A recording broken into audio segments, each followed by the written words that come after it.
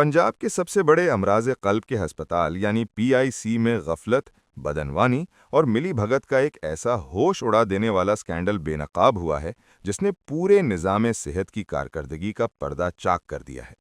Audit report 2024-2025 के होशरबा इंकशाफात के मुताबिक अस्पताल इंतजामिया ने माफिया के साथ मिलकर कौमी खजाने को 36,34,000 रुपए से जायद का सीधा टीका लगाया है।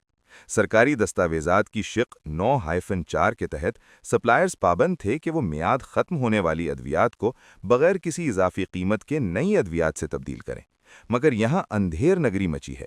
जब Verizon, Umar health care, ESS enterprises, Medtronic और फेरोज सन्स जैसी बड़ी कंपनियों ने अद्वियात बदलने से इनकार किया, तो अस्पताल के मौजूदा MS doctor Aamir Rafiq but ने इन माफियाज को ब्लैकलिस्ट करने या उनके बिलों से कटौती करने के बजाय 31 जुलाई 2025 को ये सारा कीमती स्टॉक निहायत खामोशी से तल्फ कर दिया।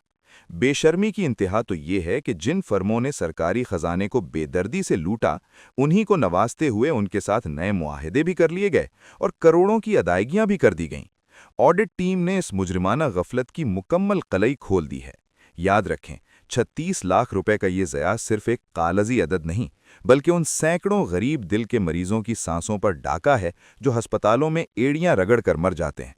क्या इस करप्ट निज़ाम में कोई इन अफसरान का गिरेबान पकड़ने वाला है, या ये लुटेरे यूं ही अवाम के टैक्स के पैसों से खेलते रहेंगे?